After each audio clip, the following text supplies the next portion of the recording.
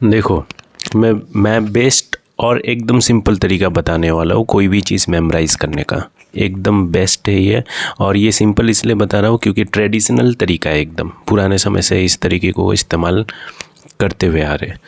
तो अगर कोई भी चीज़, कोई भी पढ़ाई अगर कर रहे हो, उसको करने के बाद एक टॉपिक पकड़े, वो टॉपिक टारगेट रखना है। वो टॉपिक ख़त्म होने के बाद बुक क्लोज करके उसको रिवाइज देना है।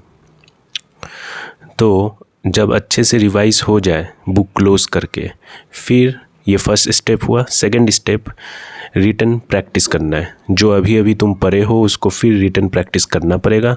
ये 2 स्टेप है, 2 स्टेप में ख़त्म, सब कुछ मेमोराइज हो जाएगा। पहले समझना है, समझ के पढ़ना है, फिर उस चीज़ को बुक बंद करके रिवाइज देना है और रिटन प्रैक्टिस करना है उसी चीज़ को। तो ये 2 स्टेप में काम ख़त्म हो जाएगा। ये रिटन प्रैक्टिस इसलिए ज़रूरी है क्योंकि जब हम राइटिंग प्रैक्टिस करते हैं तो उस समय जो भी हम लिखते हैं वो दिमाग में बैठ जाता है। ठीक है, दिमाग को ऐसा मैसेज मिलता है कि इसको सेव करना है, तो वो सेव कर लेता है। ठीक। और कोई भी सब्जेक्ट है मैथ्स छोड़ के, उसको पढ़ने का बस एक ही तरीका है, रिवाइज रिवाइज और रिवाइज। और मैथ्स के लिए practice practice and practice. And next,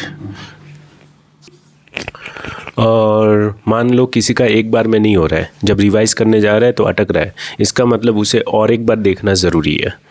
फिर भी अटक रहा है, फिर दूसरी बार, फिर भी अटक रहा है, तीसरी बार।